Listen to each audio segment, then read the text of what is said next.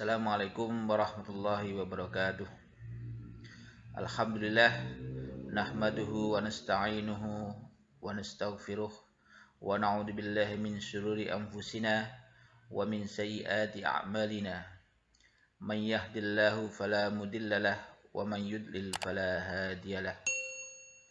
Asyhadu an la ilaha illallah wa asyhadu anna Muhammadan abduhu wa rasuluh. Allahumma salli wa sallim ala Sayyidina Muhammadin wa ala alihi wa sahbihi ajma'in, amma ba'd. Puji syukur senantiasa kita panjatkan kehadiran Allah Subhanahu wa taala atas limpahan nikmat dan karunia-Nya sehingga kita dapat melaksanakan pembelajaran pada pertemuan kali ini.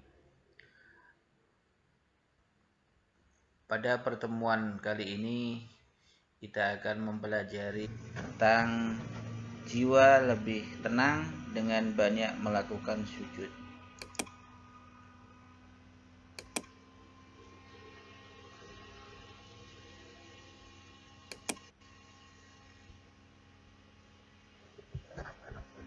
Sujud yang akan kita pelajari meliputi sujud sahwi, sujud tilawah, dan sujud syukur,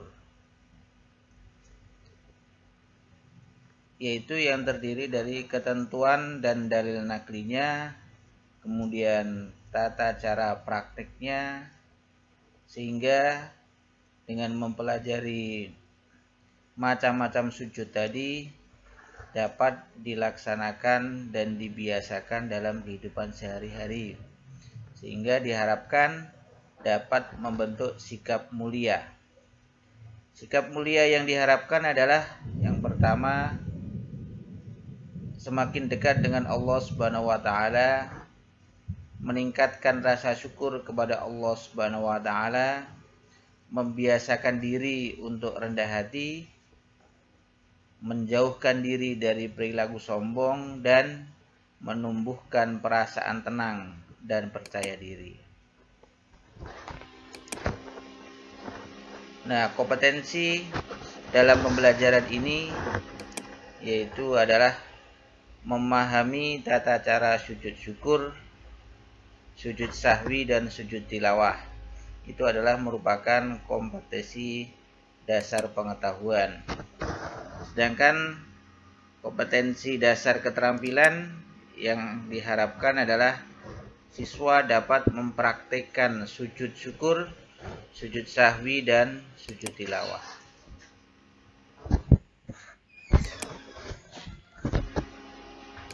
Sujud itu adalah merupakan salah satu kepasrahan dan penghambaan diri kepada Allah Subhanahu wa taala. Hanya kepada Allah sajalah manusia itu boleh bersujud.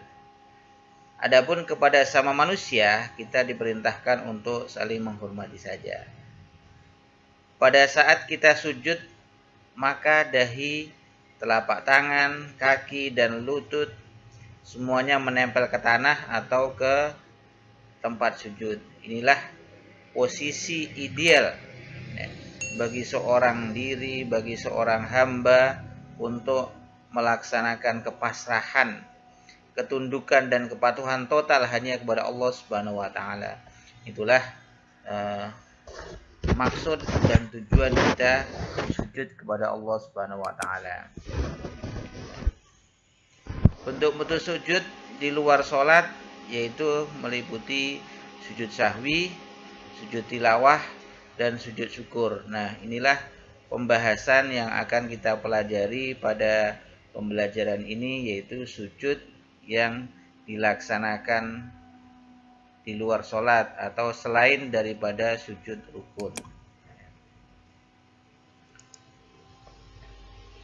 Yang pertama yaitu adalah sujud sahwi. Pengertian, hukum, dan sebab-sebab sujud sahwi.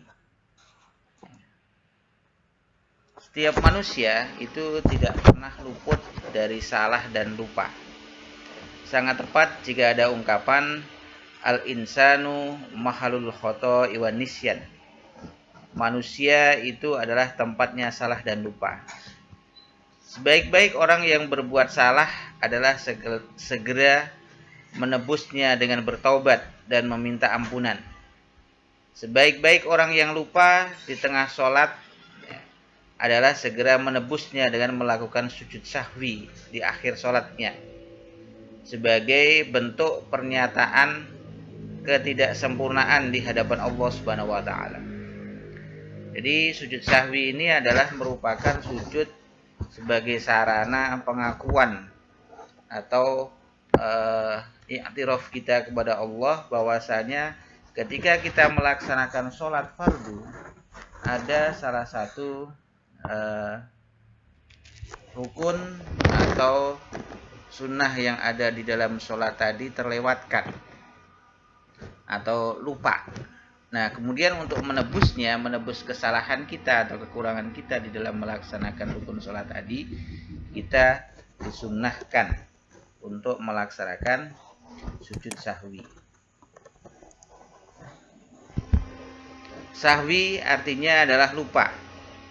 Jadi yang dimaksud dengan sujud sahwi adalah sujud 2 kali yang dilakukan setelah tahiyatul akhir sebelum salam, disebabkan karena lupa, karena ragu-ragu jumlah rakaat atau melakukan kesalahan tertentu di dalam sholatnya. Misalnya kita sedang melaksanakan sholat, kemudian ketika sudah melaksanakan beberapa rakaat, seharusnya dilaksanakan 3 rakaat, tapi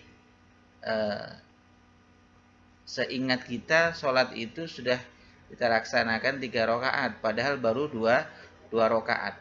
Nah, ketika kita ragu-ragu seperti itu, maka sebelum salam, ya, maka kita disunahkan untuk melaksanakan sujud sahwi. Ya, itu. Jadi dilaksanakan sebelum salam.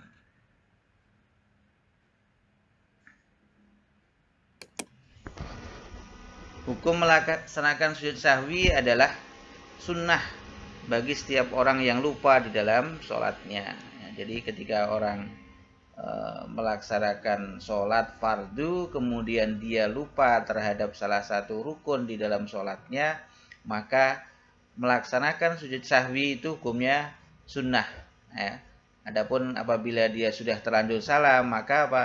Ya, itu tidak diperintahkan lagi atau tidak dianjurkan lagi untuk sujud sahwi. Ketika dia sebelum salam kemudian dia teringat akan kekurangannya di dalam sholat, maka hendaklah dia melaksanakan sujud tadi. Ya. Baik bagi orang yang sholat munfarid maupun bagi imam yang berjamaah. Jadi sujud sahwi itu dilakukan ketika kita melaksanakan sholat sunnah sendirian, ketika kita melaksanakan sholat sendirian atau munfarid, maupun kita melaksanakan sholat berjamaah. Nah, ketika kita melaksanakan sholat berjamaah, maka seorang makmum tetap harus mengikuti imam. Apabila imam tadi melaksanakan sujud sahwi, maka makmum tetap harus mengikuti sujud sahwi. Dan apabila imam tidak melaksanakan sujud sahwi, maka makmum tidak boleh kemudian melaksanakan sujud sahwi walaupun ada salah satu rukun di dalam sholat itu tadi yang terlewatkan atau yang lupa. Yang kedua yaitu adalah sujud tilawah.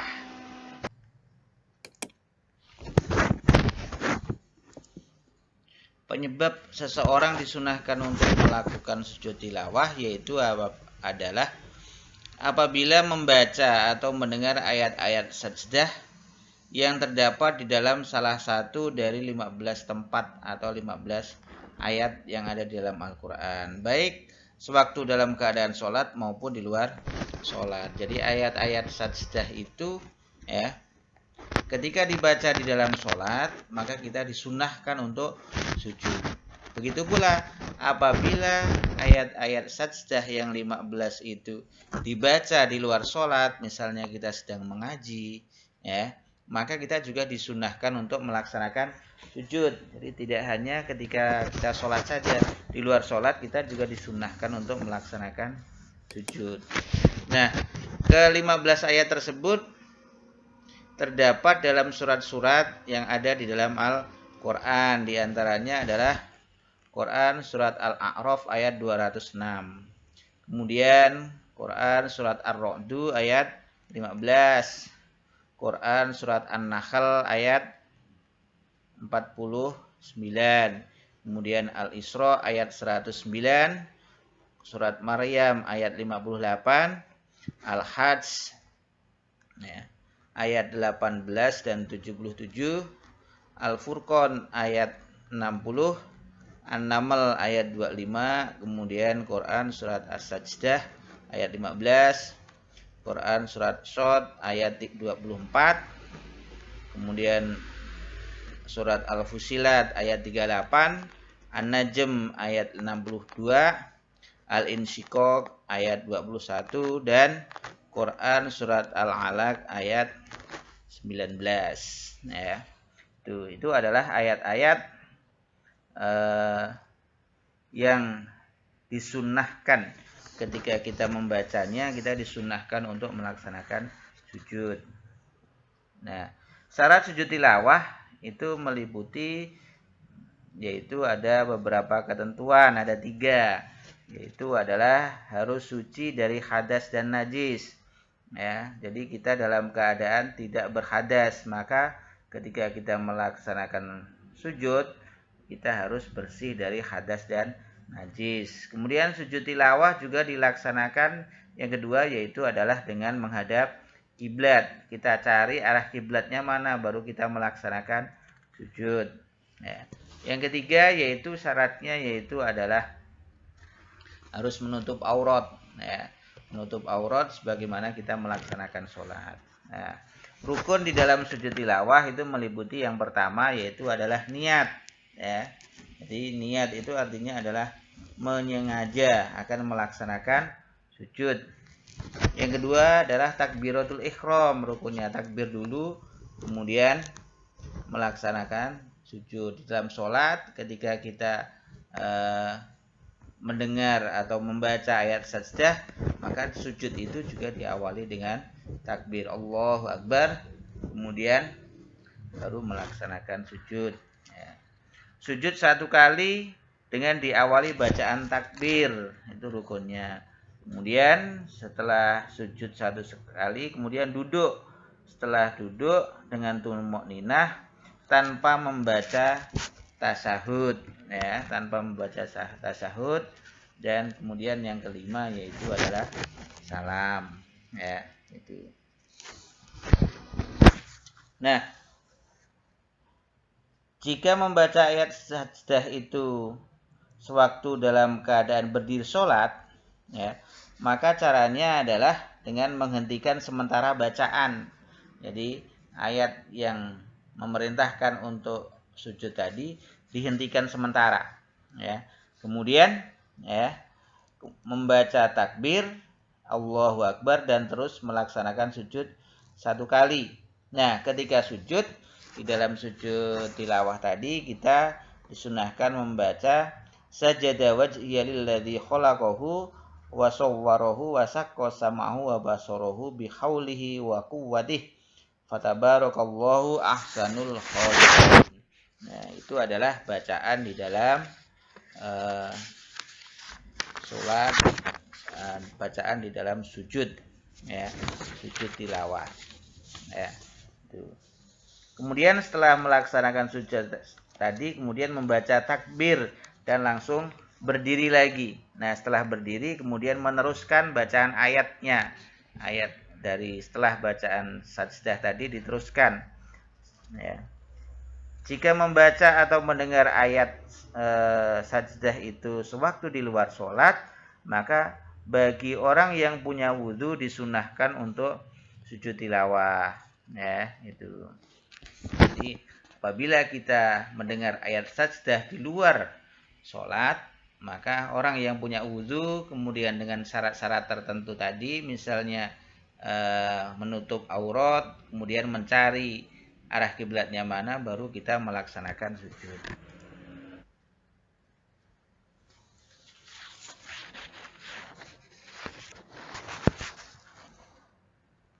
Seseorang disunahkan sujud sahwi apabila melakukan salah satu sebab berikut.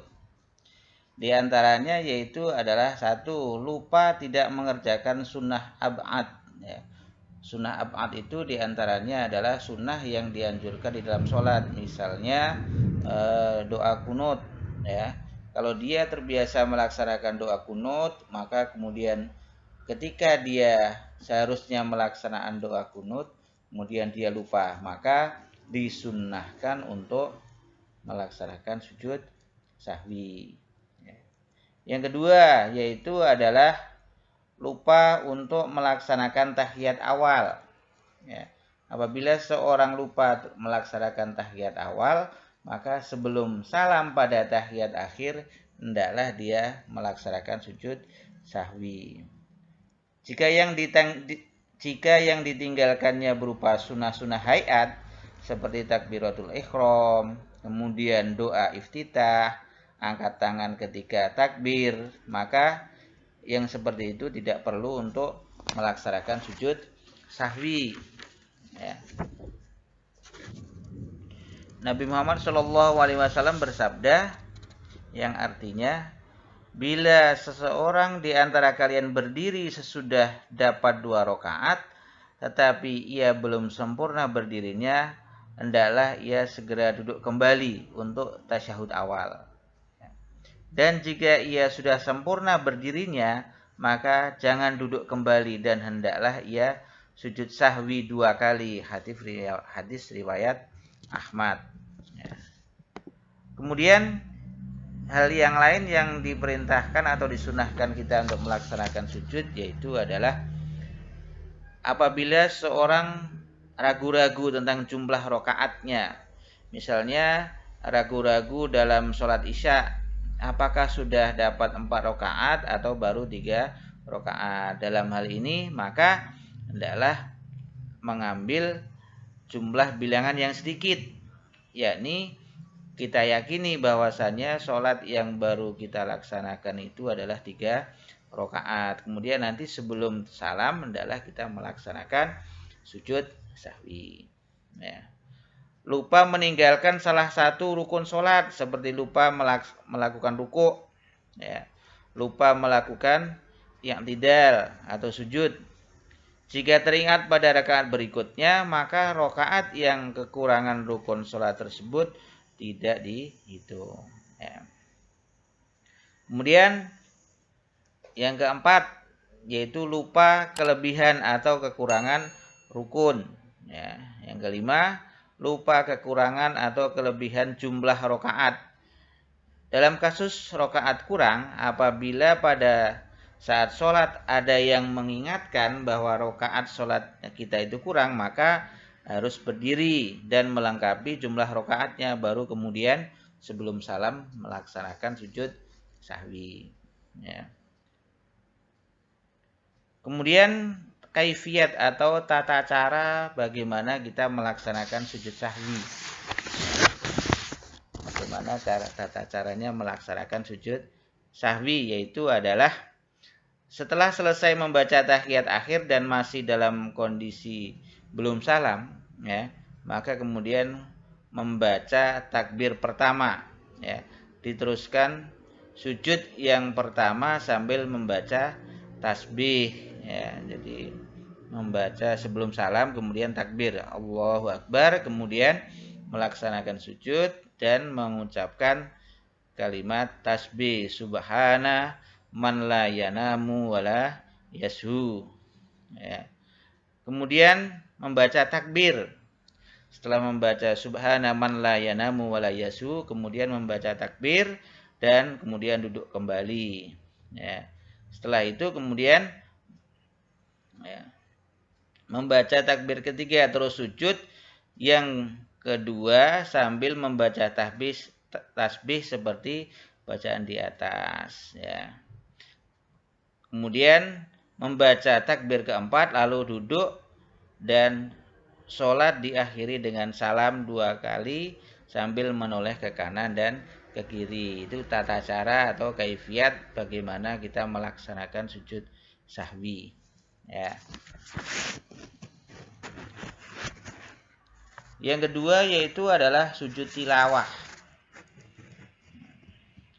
Pengertian hukum dan penyebab, ya, dan tata cara sujud tilawah. Ya. Yang dimaksud dengan sujud tilawah yaitu adalah sujud satu kali yang dilakukan setelah membaca atau mendengar bacaan ayat-ayat sajdah di dalam Al-Quran. Jadi ayat sajdah itu adalah ayat-ayat yang memerintahkan untuk melaksanakan sujud. Ya, itu dinamakan ayat sajdah.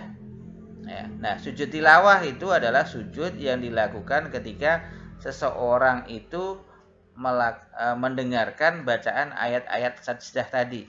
Ya. Maka kita disunnahkan untuk melaksanakan sujud satu kali. Ya. Itu. Hukumnya adalah, ya, sujud tilawah itu adalah sunnah hukumnya. Ya. Jadi apabila kita mendengarkan ayat-ayat sajdah, ya, kalau kita melaksanakan sujud, maka akan mendapatkan keutamaan, akan lebih baik, ya, kalau kita melaksanakan sujud. Tetapi apabila kita tidak melaksanakan sujud atau meninggalkannya, itu pun tidak berdosa, ya. Namun hukumnya wajib bagi makmum yang imamnya melakukan sujud tilawah. Jadi apabila imam membaca ayat-ayat sajdah kemudian dia melaksanakan sujud, ya, maka apa? Makmum wajib tetap mengikuti gerakan imam.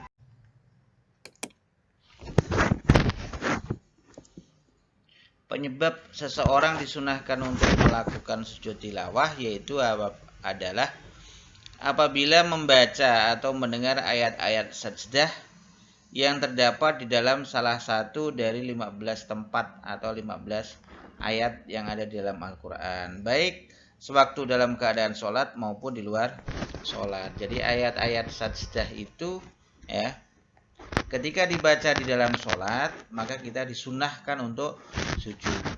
Begitu pula apabila ayat-ayat sajdah yang 15 itu dibaca di luar sholat, misalnya kita sedang mengaji, ya, maka kita juga disunahkan untuk melaksanakan sujud. Jadi tidak hanya ketika kita sholat saja, di luar sholat kita juga disunahkan untuk melaksanakan sujud.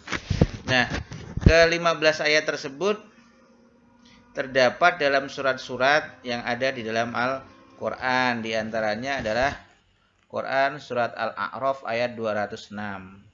Kemudian Quran surat Ar-Ra'du ayat 15. Quran surat An-Nahl ayat 49. Kemudian Al-Isra ayat 109. Surat Maryam ayat 58. Al-Hajj, ya, ayat 18 dan 77.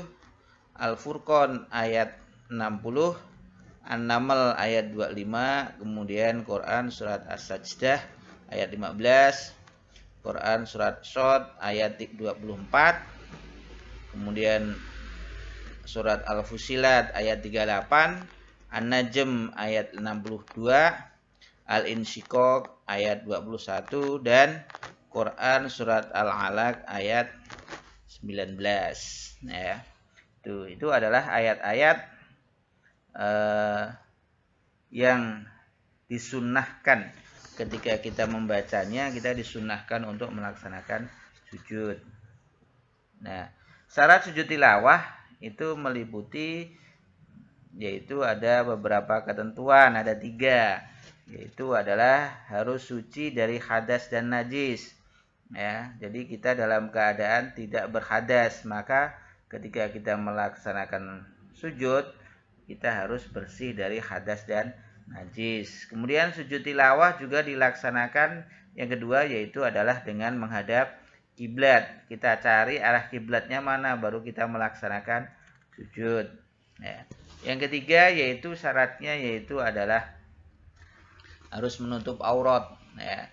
Menutup aurat sebagaimana kita melaksanakan sholat. Nah, Rukun di dalam sujud tilawah itu meliputi yang pertama yaitu adalah niat, ya. Jadi niat itu artinya adalah menyengaja akan melaksanakan sujud.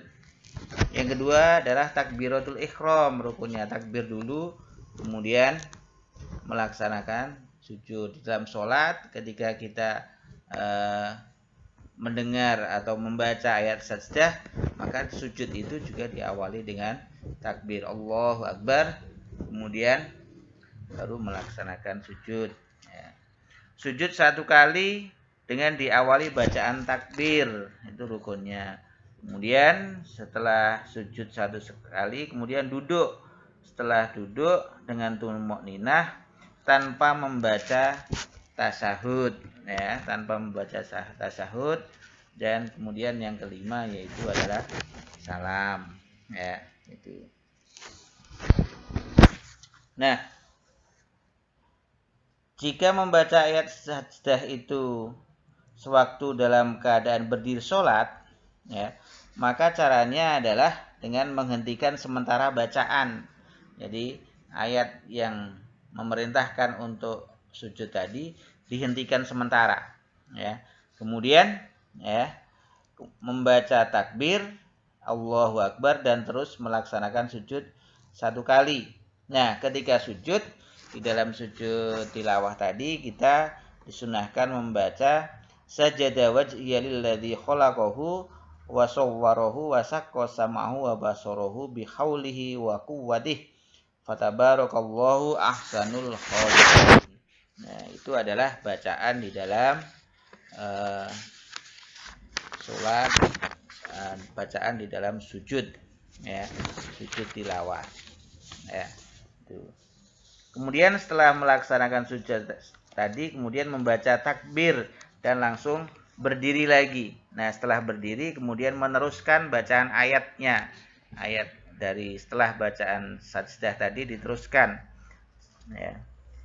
Jika membaca atau mendengar ayat sajdah itu sewaktu di luar sholat, maka bagi orang yang punya wudhu disunahkan untuk sujud tilawah, ya, itu. Jadi apabila kita mendengar ayat sajdah di luar sholat, maka orang yang punya wudhu kemudian dengan syarat-syarat tertentu tadi, misalnya menutup aurat, kemudian mencari arah kiblatnya mana, baru kita melaksanakan sujud, ya, itu. Yang ketiga yaitu adalah sujud syukur. Sujud syukur. Pengertian dari sujud syukur, ya, yaitu adalah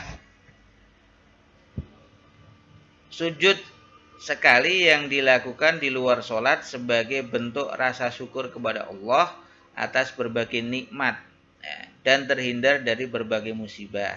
Jadi syukur itu artinya adalah sebagai ungkapan rasa terima kasih kita kepada Allah. Terima kasih atas apa? Yang pertama yaitu adalah berterima kasih kepada Allah atas berbagai nikmat, ya, nikmat yang kita rasakan di dalam kehidupan dunia ini, ya. Misalnya diberikan rezeki yang lebih, ya, hasil panen yang lebih, ya, mendapatkan prestasi di sekolah, ya, maka itu adalah termasuk nikmat. Maka kita disunahkan untuk melaksanakan sujud syukur. Lulus dari ujian, ya, lulus dengan nilai yang bagus, ya, lulus sekolah, maka kita disunahkan untuk melaksanakan sujud syukur. Dan terhindar dari berbagai musibah, ya. Ada musibah, ada bencana, dan alhamdulillah kita bisa terhindar dari bencana tersebut, ya. Maka kita diperintahkan untuk sujud syukur, ya. Ada kecelakaan misalnya, kemudian yang lainnya terluka, yang lainnya terkena musibah, alhamdulillah kita selamat, tidak terkena musibah sedikit pun, ya, tidak terkena wabah dan lain sebagainya, maka kita disunahkan untuk melaksanakan sujud syukur, ya. Hukum sujud syukur itu adalah sunnah, ya. Hukumnya adalah sunnah. Kalau dilaksanakan maka akan mendapatkan keutamaan dari Allah atau mendapatkan pahala, ya. Tetapi apabila tidak dikerjakan atau tidak dilaksanakan maka juga tidak berdosa. Ya. Sujud syukur ya dilakukan setelah memperoleh nikmat dan terhindar dari musibah. Betapapun kecil nikmat tersebut, Rasulullah Shallallahu Alaihi Wasallam melakukan sujud syukur setiap kali mendapatkan nikmat dan kabar gembira. Sebagaimana riwayat dari Abu Bakrah berikut. Ya. Anan Nabiya Shallallahu Alaihi Wasallam kana idza ja'ahu khairun yasurruhu kharra sajidan syukron lillahi ta'ala, ya, yang artinya adalah sungguhnya Nabi Muhammad Shallallahu Alaihi Wasallam ketika menerima kabar yang menggembirakannya, kemudian beliau bersujud sebagai tanda rasa syukur kepada Allah Subhanahu Wa Taala. Hadis riwayat Daud dan Tirmidzi.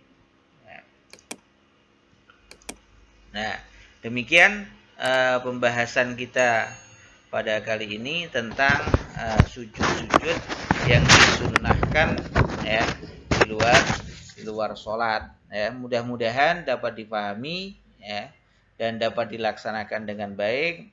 Kurang lebihnya mohon maaf. Billahi taufik wal hidayah. Assalamualaikum warahmatullahi wabarakatuh.